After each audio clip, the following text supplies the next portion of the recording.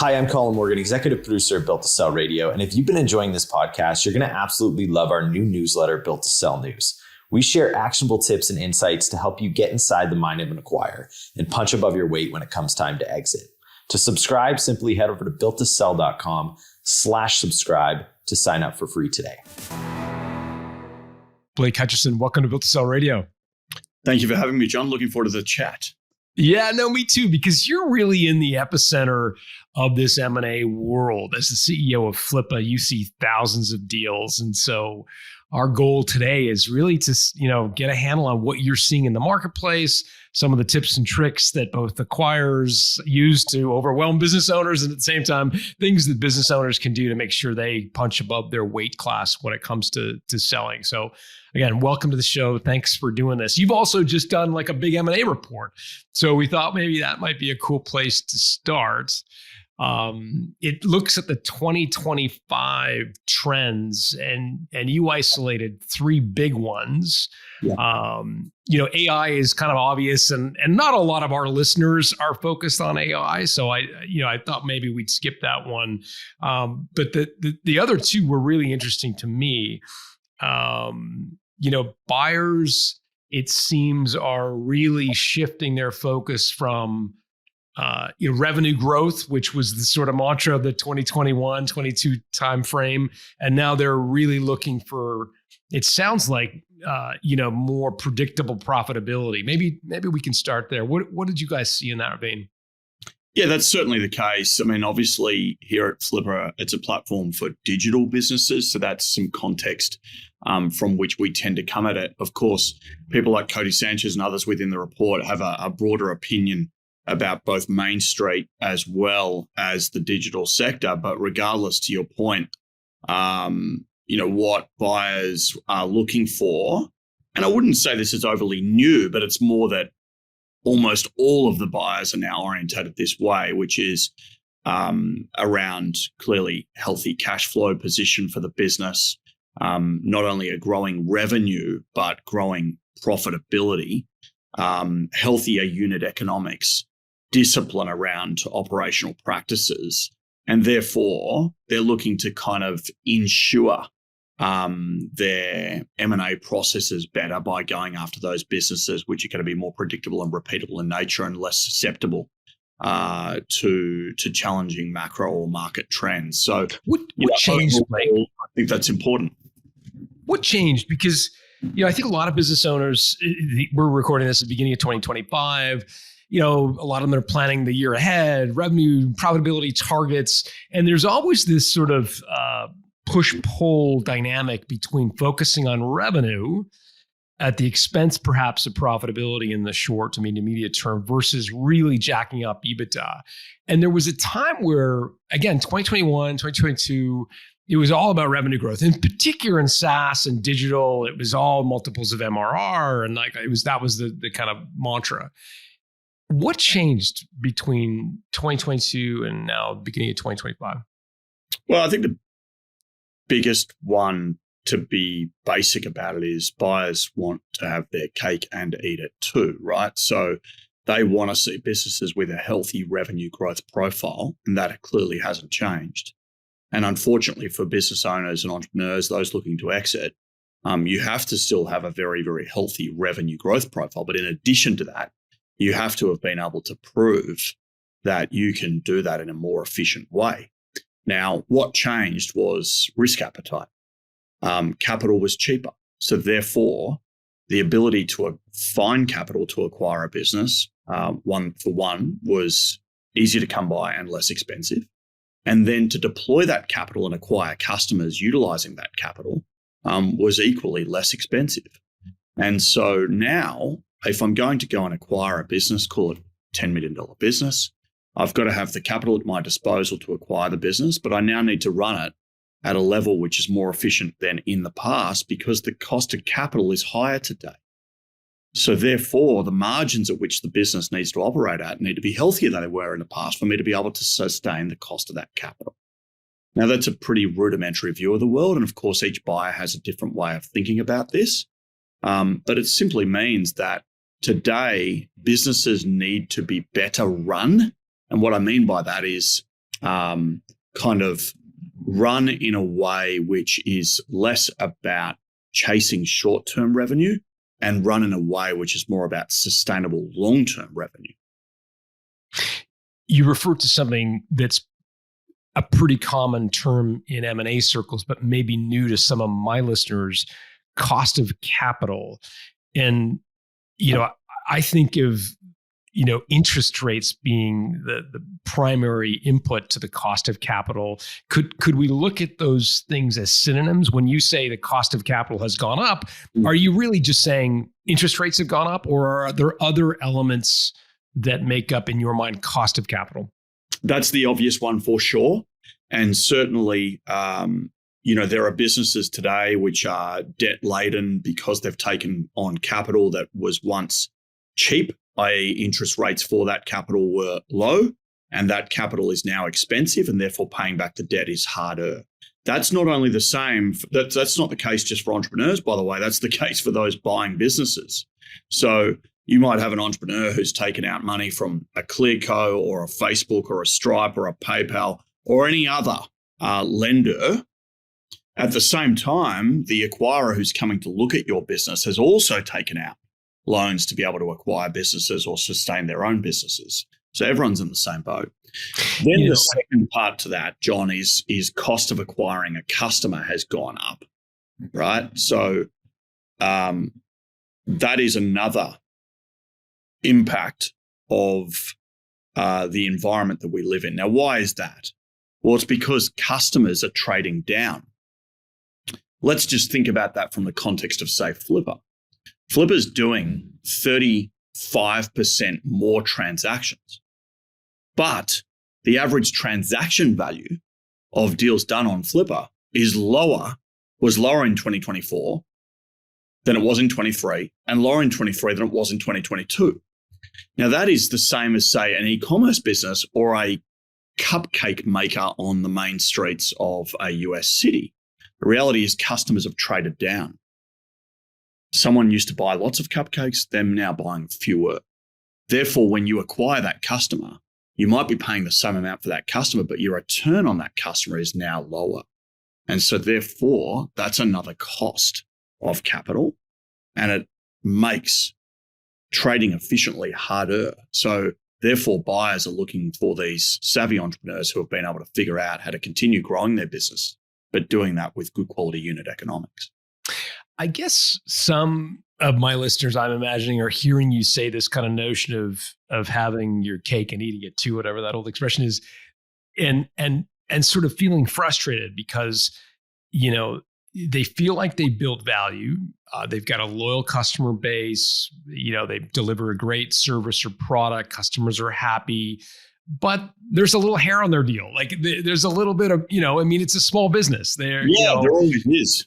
There's a little bit of imperfection there, and they hear that, it's unit economics have got to be great, revenue's got to be going through the roof, profitability's got to be going through the roof, you have to have a decentralized customer base, and they kind of throw their arms up in the air and go, well, look, I'm never going to have anything worth buying because if I had a business like that, why on earth would I want to sell it? If it's so perfect and shiny and 1 carat, why would I ever sell it? It's a perfect gem. Is there any room for imperfection in a small business? Of course. And all businesses, to your point, are imperfect. Your business is no doubt that way, John. Certainly Flippa's that way, and no doubt the listeners' businesses are that way too. And we obviously empathize. And so therefore the job is to point out what is great about a business, what is something that a buyer can hang their hat on and say, when I take over this business, this part of it is A-OK. This part of it is the part that I'm going to leave unchecked and simply run. While other parts, we say, yes, this is where there's a little more room for improvement. And we position that as opportunity. And for instance, if you've got a great e-commerce business, for instance, doing $5, $6, $7 million in revenue, but for whatever reason, their SEO profile is absolutely deplorable, and there's one that is in my mind right now, then we will say, have a look at this. You've got a business which is growing 50% year on year, has done so for the prior 3. They've clearly proven that their brand is much loved. They've got a good quality customer. It's a distributed customer across the US, across the UK, and maybe even down here in Australia. But they are leaving a lot of revenue on the table by way of not having the skill set, the know-how to do something about this problem that we've all uncovered. So for you, buyer, that's actually great. So you can't penalize the business for that. The underlying financials, the underlying operating engine is sound, but there are some skeletons in the closet, and these skeletons we're now revealing to you transparently, candidly, and we're telling you, take them on, optimize for them, and arguably pay a premium for that level of optimization opportunity. So the seller's weakness is the buyer's opportunity for value creation, effectively, is what I'm hearing you say. So would you go so far as to recommend a business owner point out the area of opportunities and say, like, our SEO profile is weak, and that's an area that if an acquirer had an expertise in that space, they could monetize?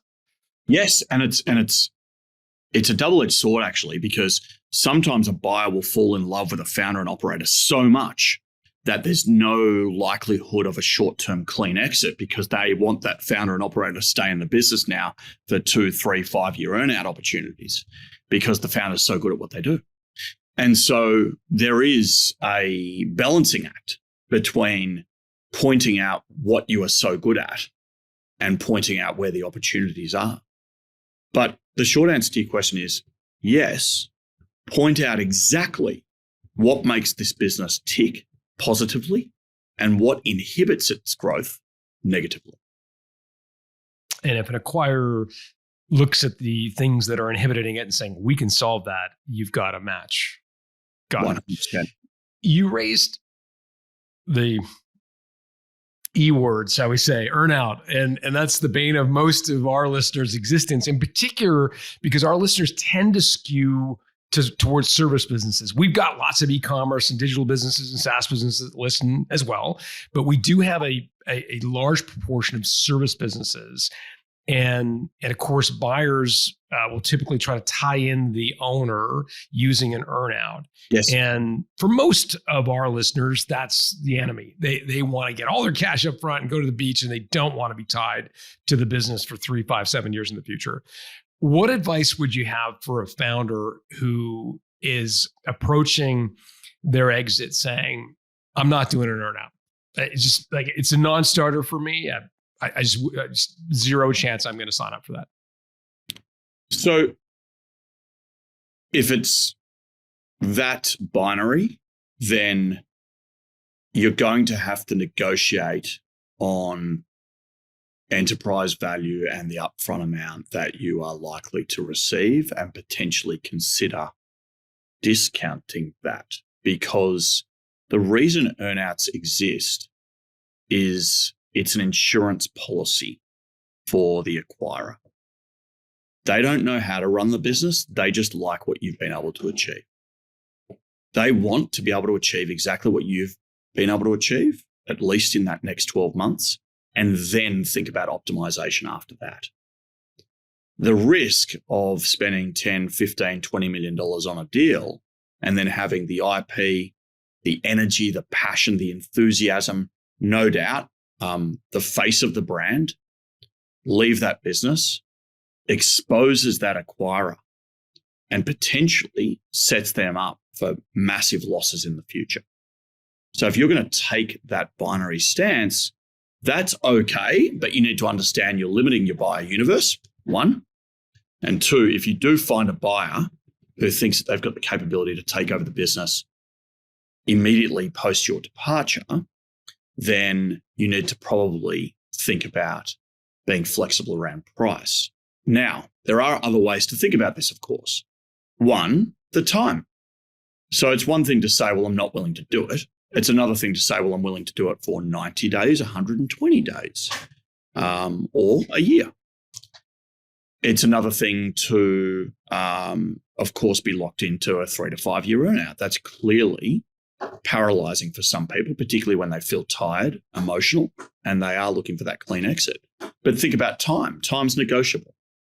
And then even then, think about how you can not only limit the time to earn that earnout, but limit the time that you spend in the business. So negotiate a weekly, hourly contribution, call it 20 hours versus what you might have historically had to work in the business.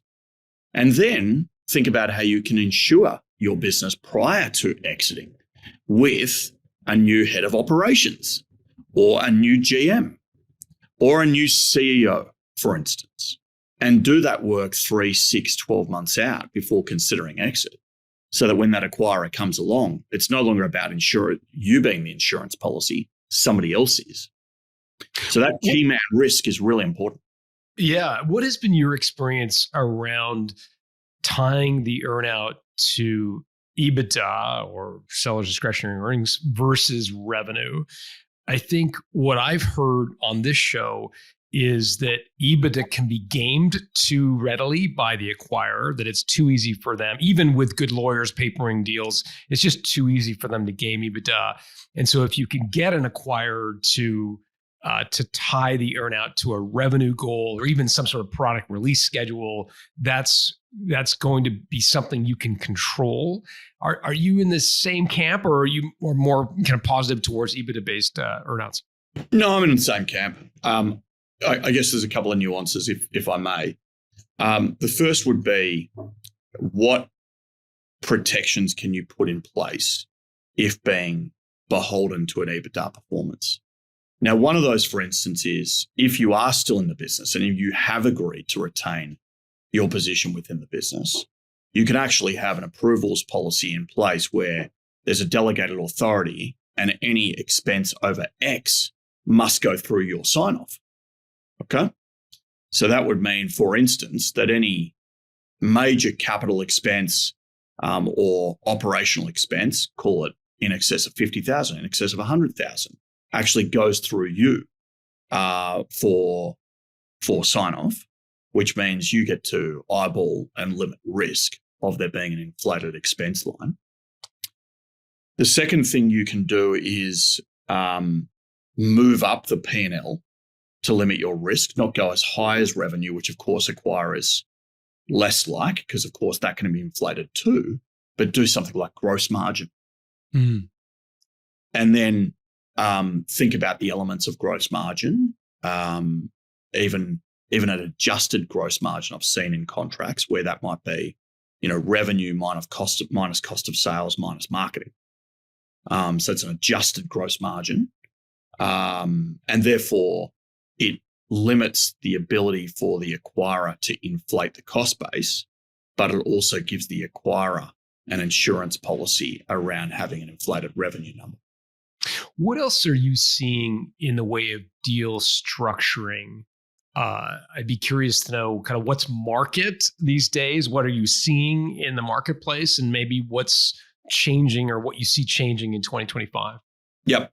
So of course, we talked about skeletons in the closet. We talked about maybe sellers not being as operationally robust as some acquirers might like them to be. So one of the things that buyers will try to do is wrap the cost of either major capital expenditures and or inventory into an enterprise value, and therefore not pay separately for that.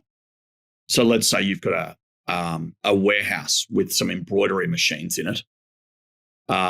Instead of having to pay additional for those, given the capital expense of those, or given you might have inventory sitting in boxes in a warehouse, a buyer just says, well, I don't want the risk of saying this is good or bad capital, or this is good or bad inventory. They'll just wrap that into the deal, and you've got to negotiate your way out of that, not allow that, and then think of another way to value that and de-risk that for the acquirer.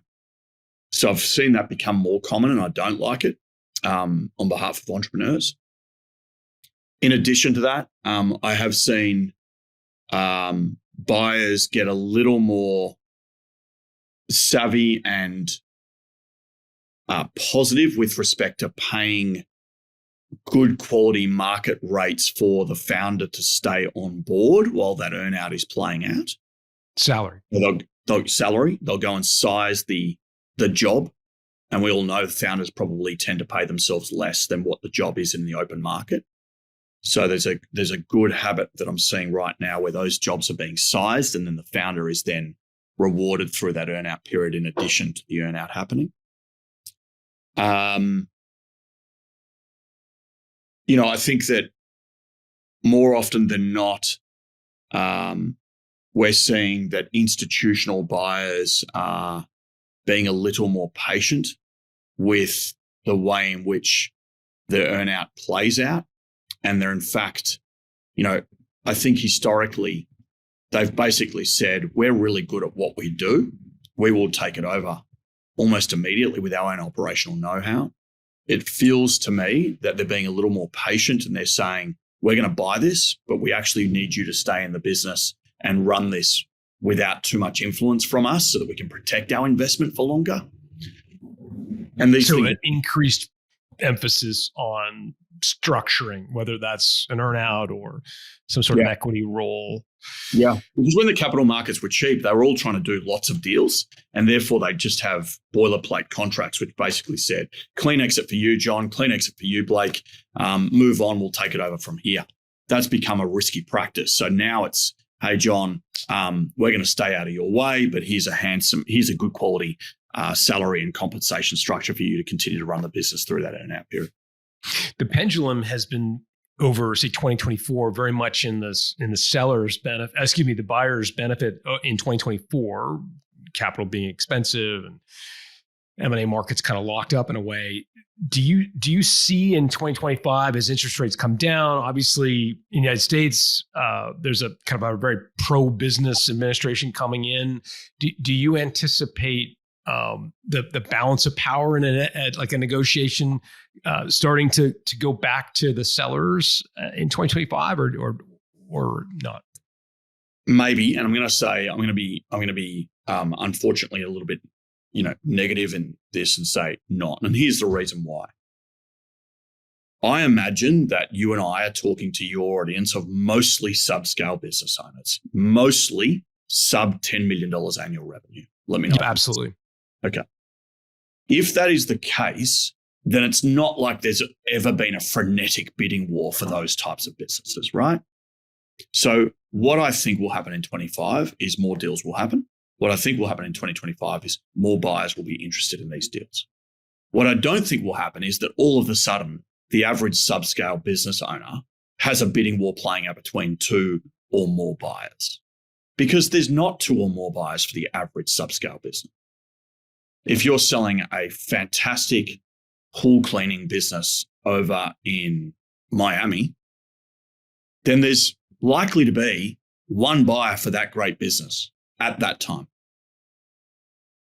And it's really interesting. I mean, Flippa's got in excess of 2 million registered buyers. The reality is most deals still happen without a bidding war playing out. Really? Now, you get exceptions, of course, and we love that, and the entrepreneurs love that.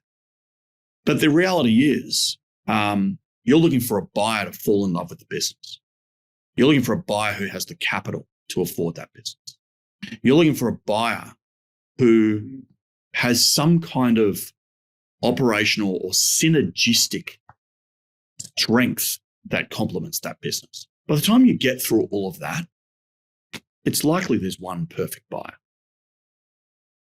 And so I don't think all of the sudden that means multiples for subscale businesses get pushed up, because multiples for subscale businesses were never that inflated in the first place, because it's not a high liquidity environment. It's not the public markets. It's not venture-backed startups. They're good quality, sustainable, small businesses. You define subscale. You kind of threw out the number 10 million in annual revenue. Do you think, is that a bit of a turning point or an inflection point in valuations? Is 10 million in revenue where things become more competitive or open yourself up to a different range of buyer. So you move, let's just go through the kind of buyer personas. You got family offices, you've got high net worths, who often will be also part of family offices, but called high net worths as a standalone. You've got small company buyers who are looking to aggregate, roll up for the benefit of some kind of growth strategy. You've got institutional buyers, small boutique private equity and beyond. And then you've got strategic acquirers, big companies who want the capability of a small company. Now, as you move up the revenue value chain, more and more buyers come into that hitting range, for want of a better description. And so, yes, you start to find yourself with more buyers interested and the ability to drive negotiation within your favor. And that kicks in your experience, around 10 million. Yeah, I mean, it's a bit of an arbitrary statement, arbitrary number. But yeah, I would say that's probably commonly believed that at the $10 million mark, the world opens up for you a little bit more. Yeah. With regards to proprietary deals, we talk about these, as being challenging for sellers. When I refer to a proprietary deal, I go back to your example of the swimming pool company. There's one buyer, the big swimming pool company in town that's buying these small businesses, and they're like, hey, this is the natural, this is your buyer.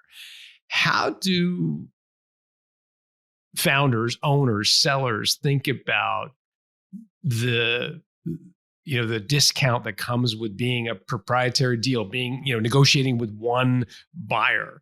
That seems like the opposite of what they should be doing. Maybe walk us through, if there is one natural buyer for a business, how can you defend yourself against being lowballed? Test the market. So yes, one ultimate buyer, but you will be able to get a sense of whether there is other interest pretty quickly by testing the market. You will be able to get a sense for whether that one buyer is willing to pay a premium compared to what fair market value might be based on that feedback from the rest of the market. And of course, once you have other interested parties, albeit they won't be that ultimate end buyer, then you can learn from those discussions as to, the types of things about your business which are going to appeal to that ultimate buyer. And so try to, it's a little bit like if you're raising capital for a startup. You want to speak to 10, 20 investors before you actually go out and pitch to the true investor that you're targeting to put money into your business, because you want to know what everyone else thinks so that you can tailor and target your pitch and understand where you've got negotiation leverage. And so I would encourage people to do that. And, there's lots of opportunities to do that, depending on the space that you're in, of course. In our case, we're benefited from having so many buyers that we can seek out feedback for our entrepreneurs very, very quickly. But I would encourage people, regardless of the industry that they operate in, to try to do that. Probably the other thing to sort of point out and think about is, if they are clearly the only buyer in town and they've supposedly done it before, well, go and speak to their other portfolio companies. Acquirers, for the most part, don't shy away from bragging, for the most part. And so you should be able to do reference checks and speak to those portfolio companies. What is this buyer like? How have they been post-acquisition, given you're going to be locked up into some kind of earn-out period for the most part? What are some things that you went through as part of the acquisition and due diligence process that you should now be aware of? So Did they try to retrade? Yeah, exactly. So, I think it's a really obvious answer, but it's just do your own due diligence, because it's funny, no matter how much people might say it on podcasts like yours, the reality is buyers do due diligence and entrepreneurs tend to not. And a little reverse due diligence can go a long way, especially when it comes to retrading.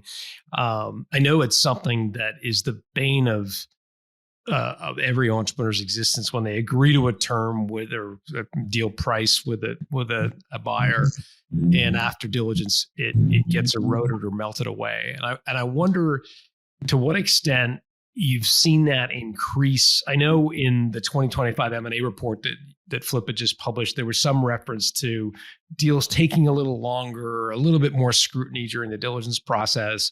I'm assuming that's leading to more retrading. Yeah. I think the simplest reason for that is simply that buyers are more risk averse today than they were in the past. They've been stung by bad deals, having done so many so fast, that the diligence period is becoming frustrating for entrepreneurs. And it's worthwhile you and I pointing out what the average length of a due diligence process is. So you will get two parts to that LOI. You will probably get exclusive rights. So that is a buyer saying that they want call it 120-day exclusive rights period of the deal. 4 months. Now, you want to negotiate that down to as low as you possibly can. There's two reasons for that. One, it's exhausting to be locked up in exclusivity with a buyer. Secondly, your business is likely, if it's a good quality business, worth more in 4 months' time. So you don't have to want to be in a position where you're now renegotiating, having gone through all of that tiring due diligence. Then there will be a due diligence period within the LOI, and that due diligence period is now, I would say, more commonly 60 to 90 days. And you want to get that down to 30 to 45 days. There's no reason why a buyer can't complete due diligence in a 30 to 45 day period of time. They just have to make sure that they're a bit more, they act a bit quicker. But those two things need to be negotiated because they can be very inhibiting for an entrepreneur. Blake, I just want to make sure I understand this because I have, coming into this conversation, always considered the diligence period and this exclusivity period as the same. What you're pointing out is those two things can be different and often are, which is super helpful for my edification. So what I'm hearing you say is the exclusivity period, the period with which the owner gives up negotiating leverage and effectively says, yes, we're getting engaged to be married and I won't negotiate with anyone else. It in many cases can be as 120 days, 4 months long while the buyer does their work. Yep. And that's different than the due diligence period. I'm assuming they overlap, like the Correct. Diligence period happens during this exclusivity period. They overlap, but often the exclusivity period is longer. And the reason being is two things. One, once the due diligence period is expired, then they'll move into contracts and drafting. And that can take time. They know that lawyers will drag their feet. And therefore they will insure against that delay. The second thing is they're being a bit cheeky and making sure that the business can continue to run at the same level it has been through an extended period of time as an insurance policy to make sure that revenue and or margin and or EBITDA hasn't been inflated for the purposes of selling. Makes sense. In your experience, what is a reasonable expectation that the owner can get that exclusivity period down? You mentioned due diligence. Almost always they come in at 60 to 90 days. You think it's reasonable to go back at 30 to 45. Yes. The exclusivity period maybe starts at 120. What do you think is a reasonable ask? 45, 60 max. It's too burdensome on an entrepreneur. It's too emotionally heartbreaking when the deal falls over, having been out of the market, thinking and even communicating to your husband, your wife, your brother, your sister, whatever, that you think you've got a deal. So you've got to be firm there. And there's just no reason why a buyer can't do the due diligence in a 30 to 45 day period of time. And there's no reason why that exclusivity period needs to be longer than 60 days. What proportion of deals that go to LOI end up getting done? 60%. So for my listeners, that means that you could get a letter of intent, which looks like a pretty formal document. It could be tempting to take that and pop the champagne cork and assume that you can put the down payment on the new house or the ski house or whatever you're going to do. What I'm hearing you say, though, Blake, in your experience, and you've looked at tens of thousands of deals on Flippa, Yes. 40% of the time, almost half, that LOI dies. Nothing Right. happens. The deal does not get consummated. And part of that is that buyers often move fast, knowing that that LOI isn't as formal a document as most entrepreneurs think it kind of is. So they're putting it out there to basically make sure that you're going to say yes to the deal terms, and they can then move into that formal appraisal process. And that formal appraisal process, of course, due diligence and understanding the rats and mice of the deal and your business. So, yeah, 60%. What are the most common reasons deals don't happen?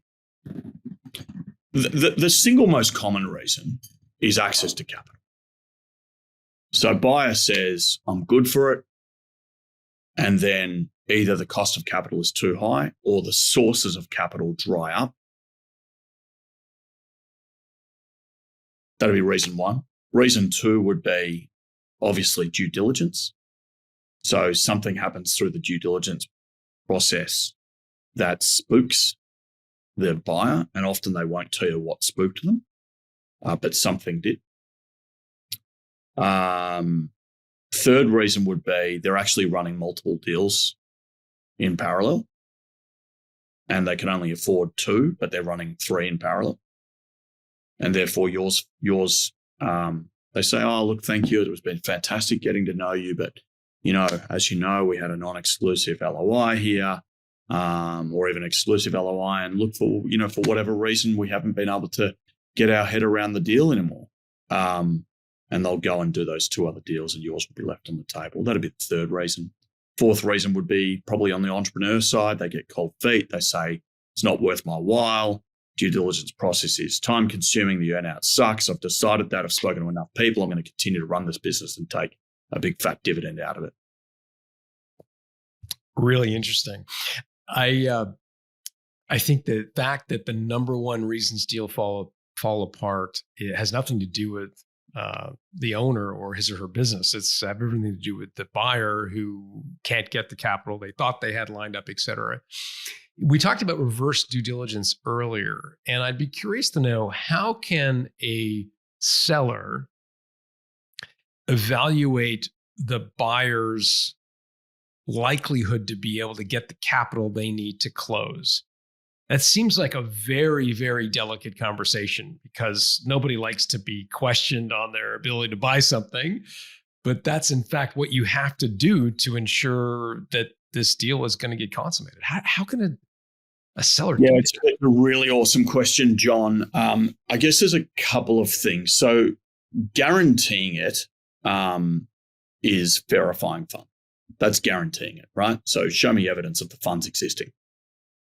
Now that's difficult. We do that here at Flippa, right? So there's around about 35% of our buyers on the platform have gone through and verified funds, and that is then marked accordingly within the deal room when the entrepreneur and advisor is reviewing that buyer.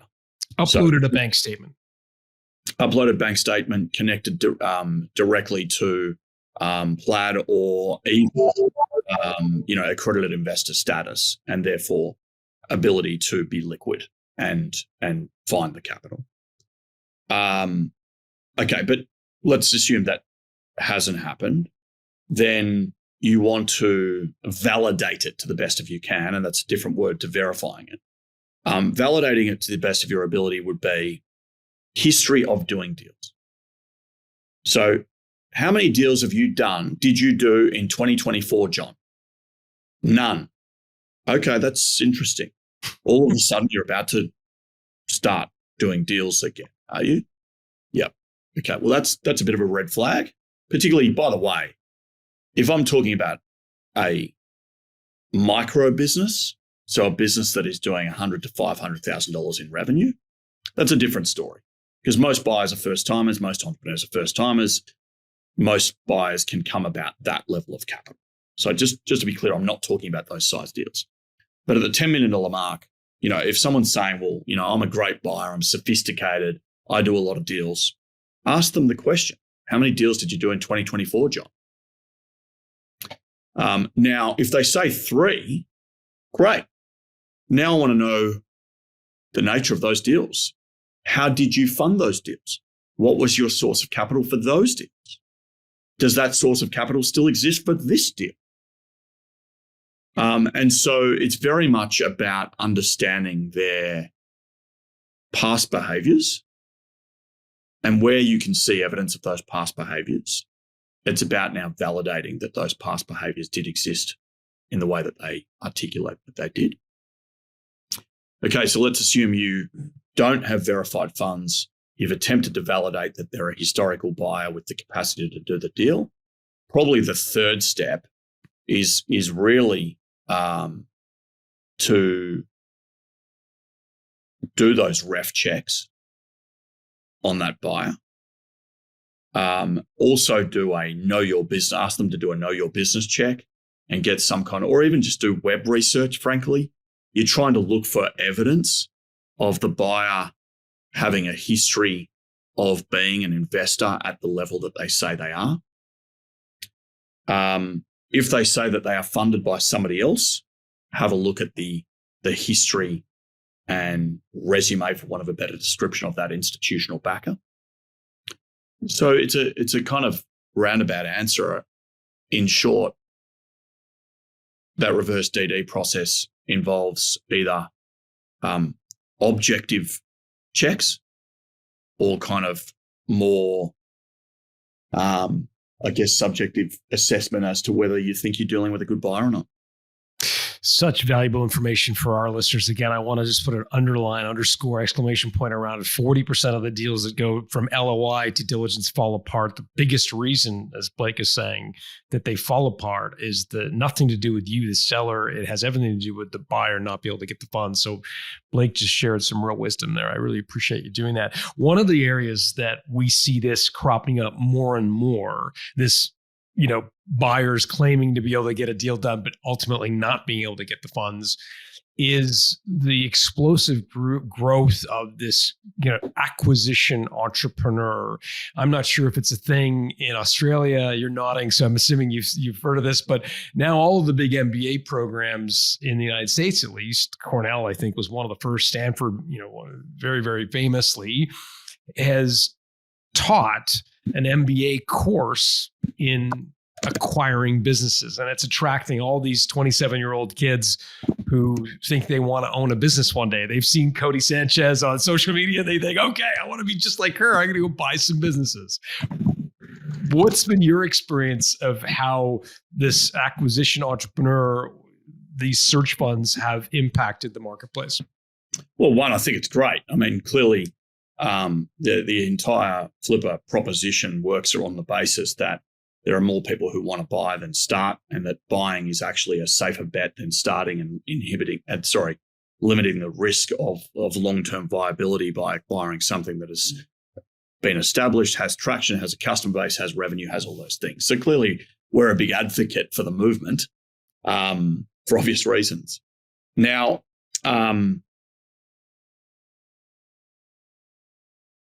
access to capital is hard for that cohort. But, given the nature of the schools that are now teaching it and the cost of attending those schools, it tends to be that, at least for smaller deals, those deals are happening pretty quickly, partly because of how excited, for want of a better description, that entrepreneur is in chasing the right deal. What you want to make sure is that they do understand clearly their mandate, because the number of times I've heard an acquisition entrepreneur have a shifting mandate. So what do you mean by mandate? So a lot of the time, an acquisition entrepreneur will say, either I'm funding it myself or I'm part of a search fund, in which case the acquisition will be funded by somebody else. And my mandate is as follows. I am looking for a business in the health and beauty space. I am looking for a business which has $1 million annual revenue. I am looking for a business which is running at gross margins of X minimum. And I'm looking at a business which has a recurring sticky customer base. I'm making up the mandate. Problem with that is they come in with a lot of gusto, and then that mandate starts to shift. So they've discovered that actually the gross margins they want to look for are now X. The industry that they're more interested in actually is not as broad as health and beauty. It's specifically, I'm looking for a hair salon. And so, we have seen, I'll be careful how sort of negative I sound, but we have seen some time wasters who call themselves acquisition entrepreneurs, when in reality, they don't really know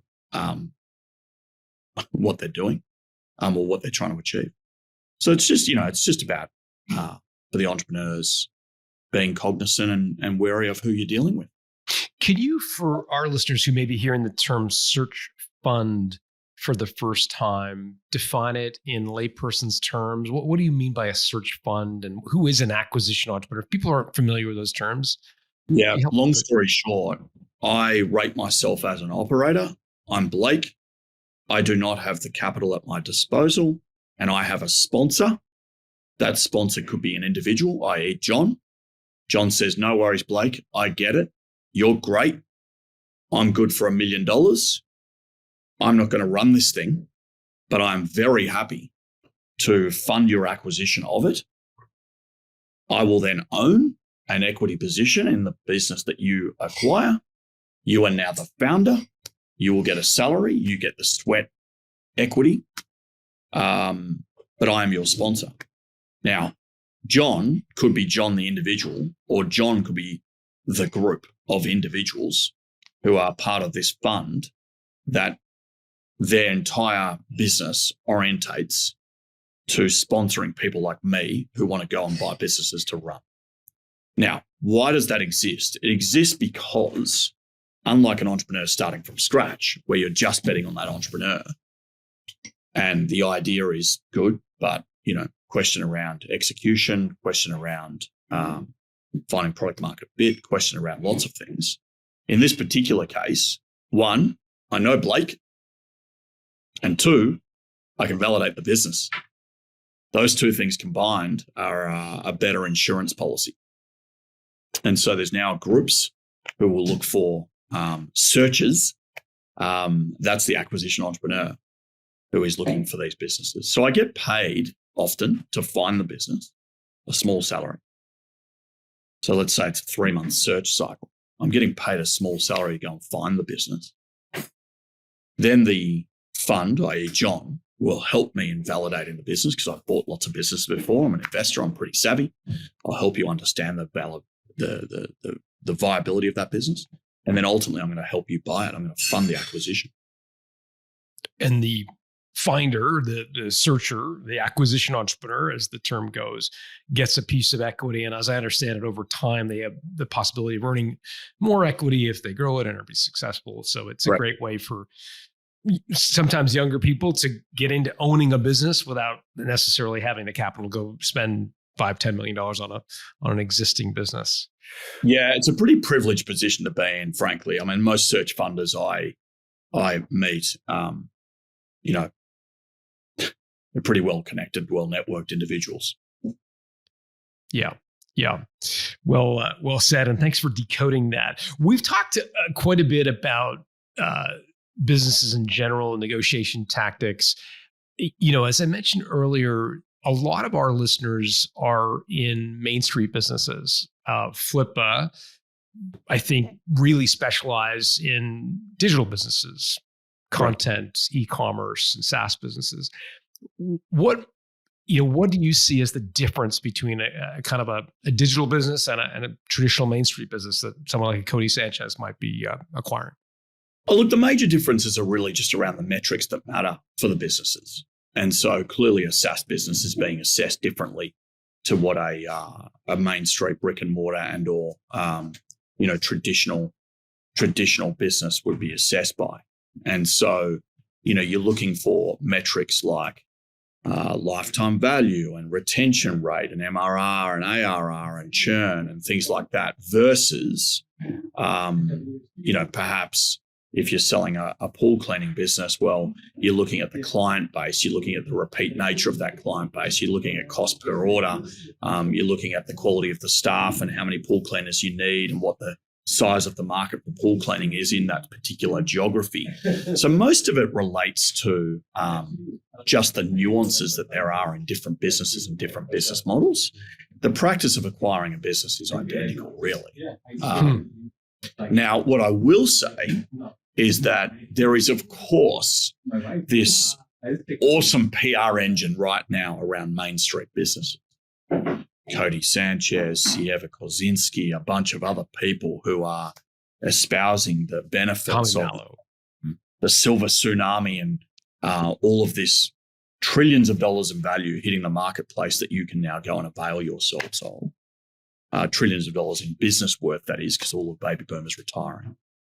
That's different for us. So where, most digital entrepreneurs are a bit younger. Most digital entrepreneurs are dealing with businesses that are, of course, built on top of the platform economy, Shopify and Google and Amazon. So there are nuances, but essentially it's the same practice. That's super helpful. Thank you so much for sort of summarizing that, but also for your insight today. I can hear the staff at Flippa popping in as we go. For those listening, we started this interview. It was 7:30 a.m. in Melbourne, Australia. Blake's a hard charging CEO, so he's in the office first. And now by 8:30, I can see there's one or two people coming in. So I think that's my my cue to wrap, because I'm sure you got a lot of people asking for your time. So thank you for doing this. Is there if folks wanted to reach out, learn more about Flippa, maybe connect with you, are you more of a LinkedIn guy, or what's the best way for folks to do that? I'm more a LinkedIn guy. So please just connect with me there. I'd love to say hello. Let me know that you heard me on the show, and let me know your thoughts. And I'd love to go back and forth with a few people. So yeah, just connect and say hello, and I'll be available. Blake, thanks for doing this. Thank you, John.